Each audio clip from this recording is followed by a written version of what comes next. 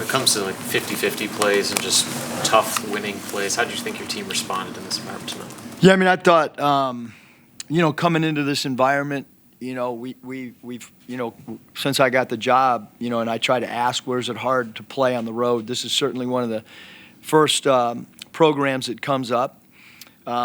We felt like, for us, we couldn't turn the ball over and we couldn't give up threes. And then obviously, our ball club is not the biggest team, but I thought we did a really good job on the boards. It's one of our highest games all year of offensive rebounding and scrapping out loose balls. So we took pretty good care of the ball against a team that really loads up on the strong side defensively.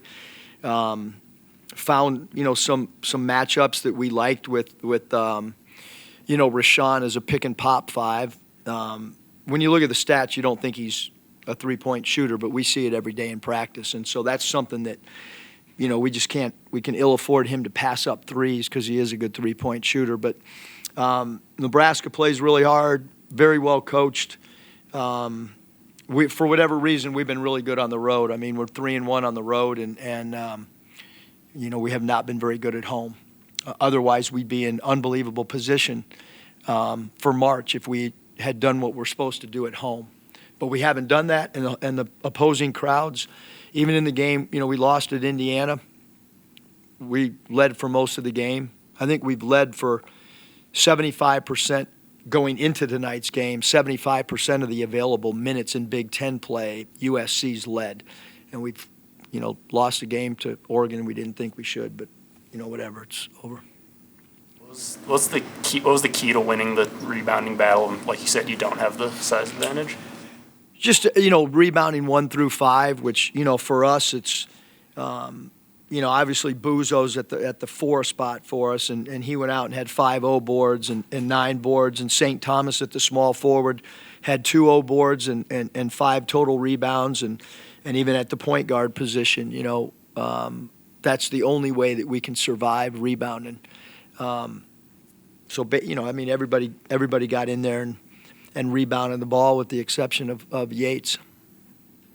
And he came up with loose balls and steals.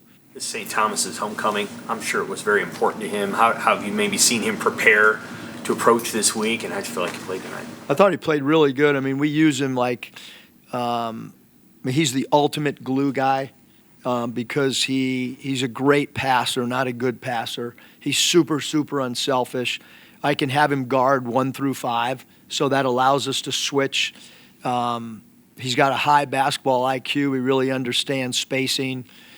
He's one of our most focused players. I mean, the other night at home, we play Wisconsin, and he's assigned, to their leading scorer, number 9, Tanje, and he shut him out. And the kid had 0 points. Saint was phenomenal. I think he's just super comfortable in this system, but who knows? He could get up here and have a difference of opinion on that. But he's super important to us. What did I play him? 30. I took him out for a minute and 20 seconds.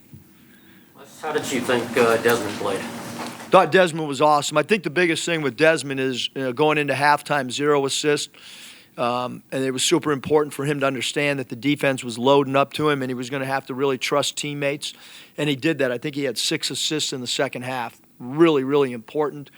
But I thought he was incredible. I didn't think he played very good against Wisconsin at all. But he came over on the first bus. Not often a guy that plays 39 minutes and 42 seconds comes on the early bus to work with our player development guys and some of the younger players.